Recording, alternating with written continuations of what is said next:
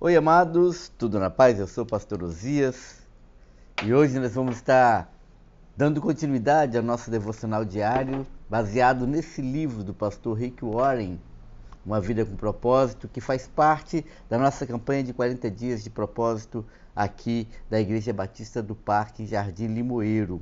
E hoje nós vamos estar abordando o dia 21. E começamos uma outra semana, uma quarta semana, e nessa semana a gente aborda um outro propósito de Deus para nós. Nós já descobrimos que fomos criados para adoração, que Deus nos formou para pertencer à sua família, e hoje nós vamos descobrir que Deus nos criou para sermos semelhantes a Jesus. Isso se chama discipulado, crescimento, busca de maturidade espiritual. O texto está em Efésios, capítulo 4, versículo 13, que diz o seguinte: até que todos cheguemos à unidade da fé e ao conhecimento do Filho de Deus, a varão perfeito, à medida da estatura de Cristo. Deus quer que nós alcancemos a plenitude da semelhança com Cristo Jesus. Veja, semelhança não quer dizer ser igual, mas semelhança quer dizer manifestar a mesma forma, aparência, ser parecido com Jesus.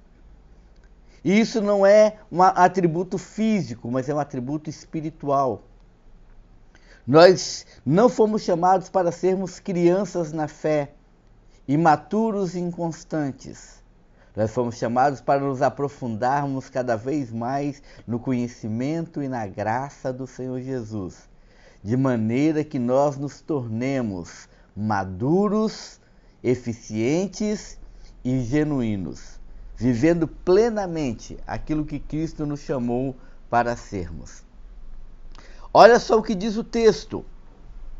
E uma vez que nós fomos alcançados por Cristo Jesus, uma vez que nós fomos trazidos para a unidade da fé, isso significa que conversão não é linha de chegada, conversão não é o ponto final, conversão é tiro de largada, conversão é o início da nossa caminhada cristã.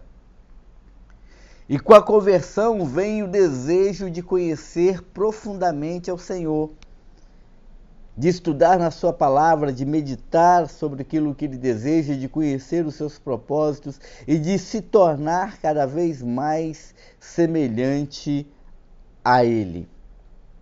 Por isso que um cristão maduro é um cristão que dá um testemunho verdadeiro, eficiente. É um cristão que consegue manifestar a presença de Jesus por onde quer que ele esteja. Quando Jesus nos envia, ele diz: portanto, ide e fazei discípulos de todas as nações, batizando-os em nome do Pai, do Filho e do Espírito Santo, ensinando-os a guardar tudo que eu vos tenho ensinado. E eis que estarei convosco todos os dias até o final dos tempos. Mateus capítulo 28, versículos 19 e 20. O discipulado, ele tem duas partes que são fundamentais. Primeiro, é eu aprender de Deus, eu crescer em maturidade, eu me aprofundar na sabedoria espiritual. E segundo, é eu transmitir para os outros aquilo que eu tenho aprendido. Quando eu pego o testemunho da minha vida com Cristo e aplico na vida de pessoas que precisam de crescer também e tornarem-se maduras o suficiente para que elas façam a mesma coisa. Paulo escreve a Timóteo no capítulo 2, versículo 2 da segunda carta e diz assim: aquilo que você aprendeu de mim no meio de tantas multidões, de tantas testemunhas, ensina para homens idôneos, para que esses possam ensinar a outros. É assim que o Evangelho cresce. A força de crescimento do Evangelho não está em apenas você confrontar pessoas com a sua realidade espiritual. Mas a força do Evangelho está em você dar o testemunho vivo de que Cristo vive na sua vida.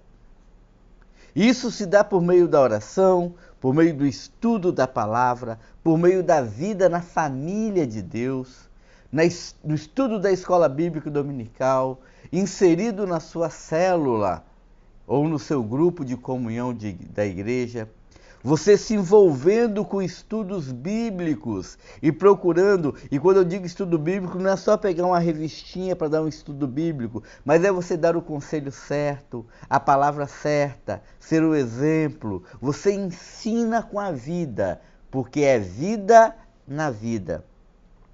Deus nos criou para isso. Nós fomos chamados com esse propósito. E é uma das razões de estarmos aqui na Terra. Crescermos até atingirmos a maturidade, a plenitude da estatura de Cristo.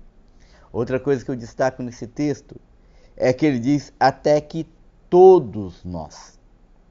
Não significa a quem é mais inteligente, quem tem boa formação, quem tem um bom posicionamento social, quem fez curso de teologia, quem é líder. Não, são todos os cristãos. Todos, de maneira geral, devem buscar desenvolver uma vida semelhante à de Jesus, para dar testemunho da graça de Deus e ensinar a outros. Por isso, busque um discipulador para a sua vida. Busque alguém que seja um cristão maduro, experiente, e aprenda com essa pessoa. Aprenda estudando a Bíblia, conhecendo a palavra de Deus, indo para a sua célula, convivendo com a igreja.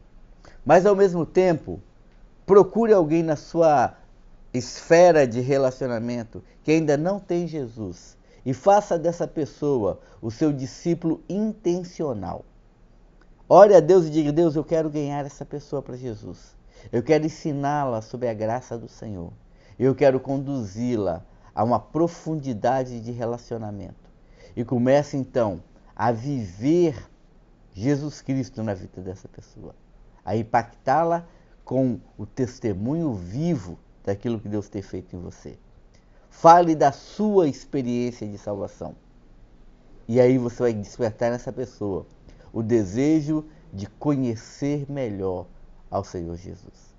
Esse é o grande poder do Evangelho. E esse é o chamado de Deus para mim e para você. Para que vidas transformem vidas, para a honra e glória do Senhor. Amém? Deus, obrigado por tudo. Nós te agradecemos, ó Deus, pela sua graça e pelo seu chamado para que sejamos discípulos e discipuladores. Que almas sejam, ó Deus, transformadas através da vida de cada um de nós. Guarda-nos assim, ó Deus, e que durante essa semana nós possamos meditar sobre esse propósito do Senhor para nós. O propósito de aprendermos, de crescermos e de nos desenvolvermos por meio do discipulado. Eu te agradeço por tudo em nome de Jesus. Amém.